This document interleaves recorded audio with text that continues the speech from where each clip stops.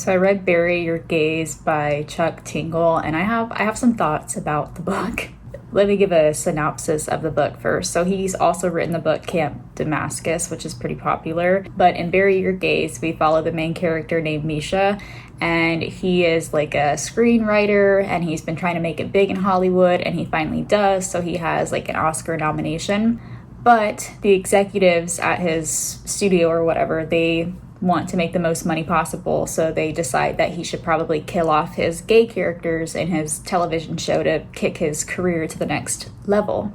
But Misha refuses to do that, and I also should mention that he is like a horror writer also in the book, and so after he refuses, his monsters that he has written into his plays and movies and everything, they start showing up to haunt him, and they start stalking him and his friends throughout Los Angeles.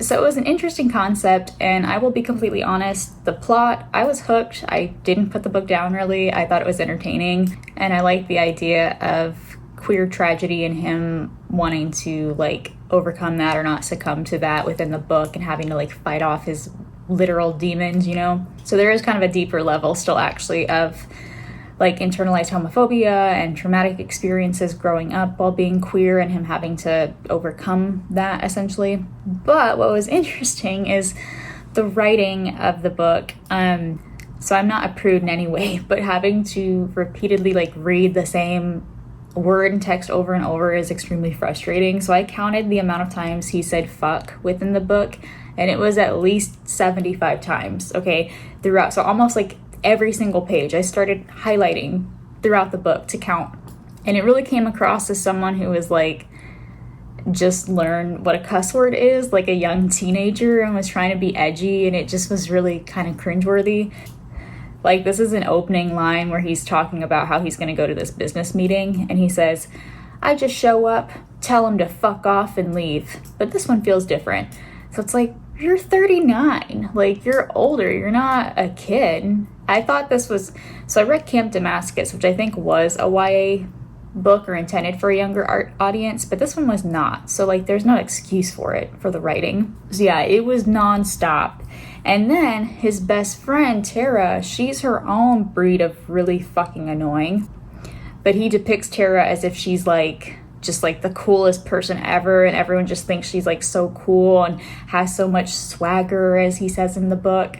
But she constantly says baby, as many times almost as he writes fuck. Like she's constantly saying baby and calling him baby, and it's just like, I'm not even hearing it, but it feels like it would be nails, you know, on a chalkboard. That's what I'm hearing in my mind when I read it. And then there's another scene where him and Tara are at like this bar or restaurant for dinner and for evening drinks, and Tara just starts like yelling loudly. She's like, next! Tara suddenly yells, stretching the word like taffy and putting the full force of her voice behind it. She's so loud that a few other patrons glance over at our table in confusion. And I just noted, why? Why is she screaming so loud? She's not a young teen or child. She's a grown woman. But this is the person that has so much swagger and is just so cool. And then they go on to say, my friend and I shout fuck 'em to each other so many times over the course of the evening that I eventually lose count. So that could have been 10 to 20 fucks, you know what I mean? So it might have been up to 100 on the fuck count, you know? I didn't count that far. I don't know what the number was, so I couldn't give an actual full number. And like his big boss like would also use the word a lot to make it sound like he's like, you know, a big man and he's like doing business, and it's just like so cringeworthy. I hate it. That aside though, the plot, like I said, it was fun. I actually thought some of it was creepy, you know. Towards the end it got more and more silly with like the horror aspect of it. Also, I'm gonna go into spoilers now.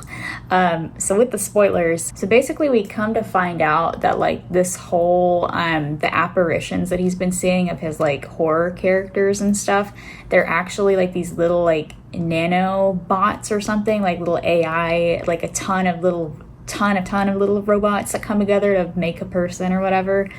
I don't know, like I'm not a science fiction person, but it just reads funny to me as like someone who doesn't know science, but it's like a placeholder kind of, where like, oh, the readers will hear that and it's like, oh, okay, yeah, like that makes sense. Yeah, little tiny robots coming together to make a human horror character. Yeah, that makes sense.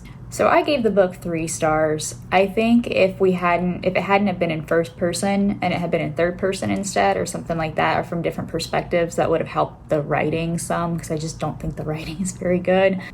And if there was some more editing on like the repetition of the phrases constantly throughout the book, that would have helped. But I did like that, it addressed queer tragedy and queer joy and stuff within the entertainment industry, and him having to push back on that and fight his like literal, demons and monsters. That was a cool concept. Something else that started to make sense, I didn't realize he was like a big smut writer too, I think. So I was like, okay, maybe some of the writing makes sense now. Not that smut has to be written poorly, but I don't know. It's just something about it. It kind of clicked in my head of like, oh, okay, that kind of makes sense with the way this is written. But yeah, if you're looking for a fun plot though, and you like horror, there is quite a bit of gore in the book. I don't think it's like extreme, but it's in there. There's that. It's pretty fast paced. Kind of also reminds me of like Grady Hendrix, because I hate reading Grady Hendrix. Like, I enjoy the plot sometimes. I think there was one like How to Sell a Haunted House, where the house was like haunted by his mom's puppets or something like that.